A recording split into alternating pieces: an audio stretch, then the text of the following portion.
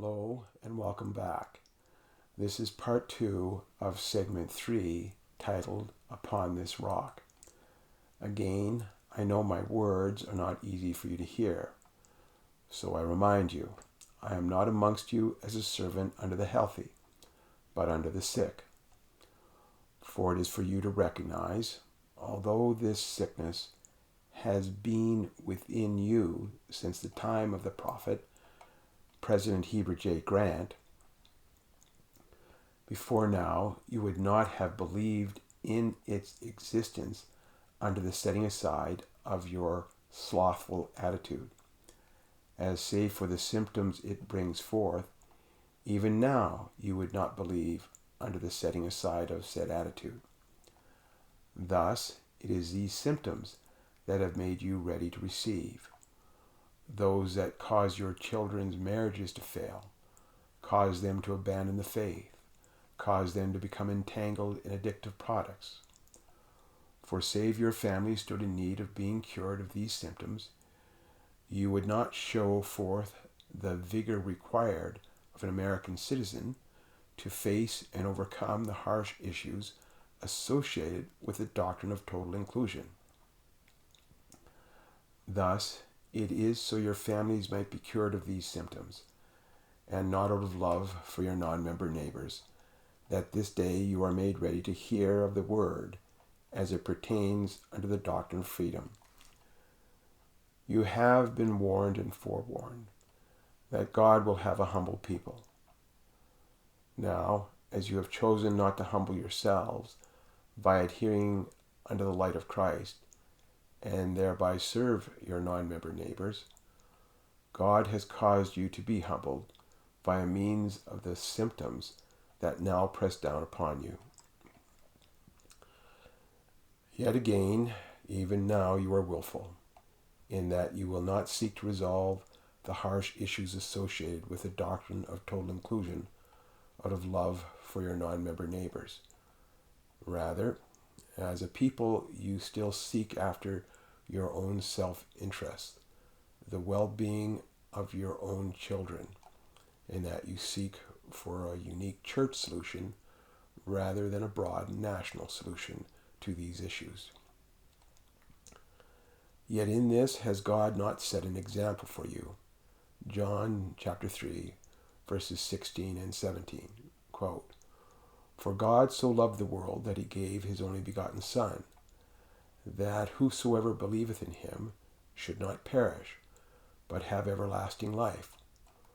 For God sent not his Son into the world to condemn the world, but that the world through him might be saved."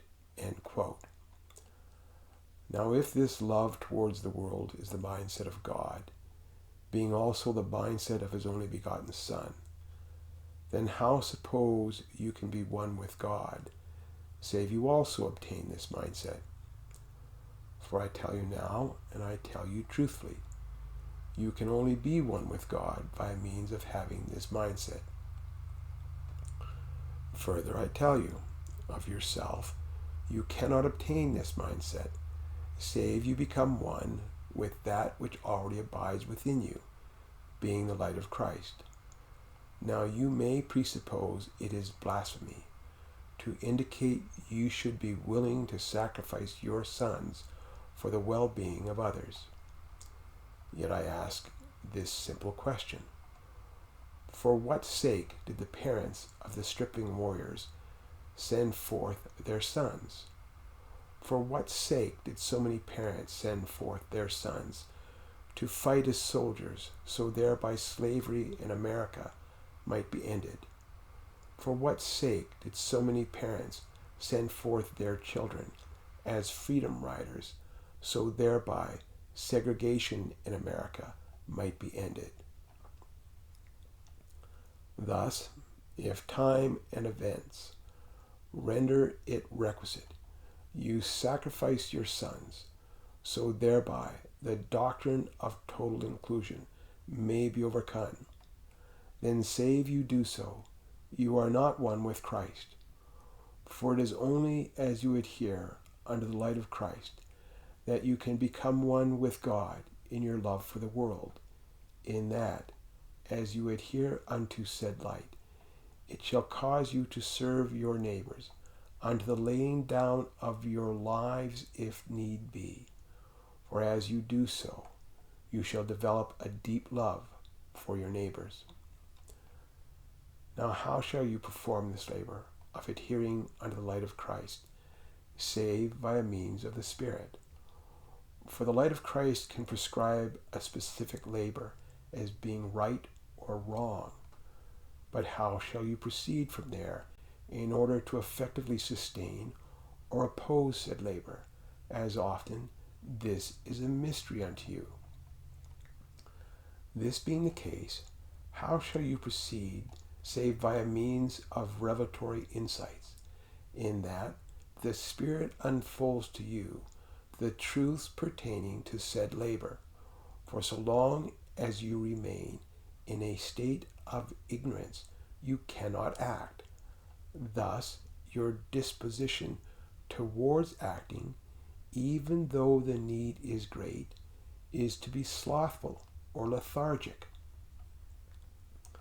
But in obtaining said insights, you acquire the requisite wisdom by which you can act, thereby the disposition to act and fulfill said need. For where ignorance commands a slothful disposition, one by which we allow ourselves to be negatively acted upon, wisdom establishes a disposition that is prone to act unto the fulfilling of said need, and not merely to allow oneself to be acted upon. Thus, as all this transpires by means of personal revelatory insights, is this not then the means by which we each build our house upon the rock? For is this not the principle the Lord bare witness of within these words? Matthew 15, verses 15 through 18. Quote, He saith unto them, But whom say ye that I am? And Simon Peter answered and said, Thou art the Christ, the Son of the living God. And Jesus answered and said unto him, Blessed art thou, Simon Bar-Jonah, for flesh and blood hath not revealed it unto thee, but my Father which is in heaven. And I say also unto thee, that thou art Peter, and upon this rock I will build my church, and the gates of hell shall not prevail against it. End quote. But again this, your right and responsibility to be guided in all things by means of the Spirit of revelation, you have set aside. For did I not bear witness to you in the opening presentation titled Freedom's Cause, that while as a member you obtain those revelatory insights that pertain to your church callings, you refuse to obtain those which pertain unto your duties as a citizen? That it is by means of this your behavior that Zion prospers, while misery seeps into your homes and the homes of all around you. 2 Nephi chapter 28, verse 21. Quote, And others will he pacify, and lull them away into carnal security, that they will say, All is well in Zion. Yea, Zion prospereth, all is well. And thus the devil cheateth their souls, and leadeth them away carefully down to hell. End quote. For you have taken the truth that only God's prophet has authority to obtain revelatory insights for the Church of Jesus Christ of Latter-day Saints, and have altered its meaning to suit your natural inclination towards being slothful. For you authorize yourself as citizens to function towards the harsh issues that surround you via means of the forestated carnal security, being a state of slothfully induced apathy, in that you tell yourselves you are devoid of any responsibility save strictly fulfill all the prophet commands. It is for this reason you so vehemently cry out, "We follow the prophet," in that you look to establish your standing before God as unassailable by means of your devotion unto the prophet. Yet it is by this attitude that you blind your minds and harden your hearts. For again I tell you, your words carry within them the same deadly poison as those of the Pharisees when they cried out, "We follow the law of Moses." For again, you cannot truly follow the prophets, save you learn how to fulfill the teachings of the prophets by adhering unto the light of Christ. For as the teachings of the prophets bear witness of Christ, it is only by adhering unto the light of Christ that we can fulfill said teachings within our lives. That when the dictates of our conscience prick us in regards to our conduct, we turn to God, to via means of revelatory insight obtain that sound counsel by which we might move forward with peace of conscience. Yet this you have refused to do, for you have followed your own counsel, and in so doing have fallen short or have gone beyond the mark. This then is your ailment, one that has caused you to function by a means of a hardness of heart and blindness of mind. For within the story of the Good Samaritan, in your standing as the lawyer, James E. Talmage has defined your blindness of mind via the attitude you display towards seeking after the truth. Jesus the Christ, page 429.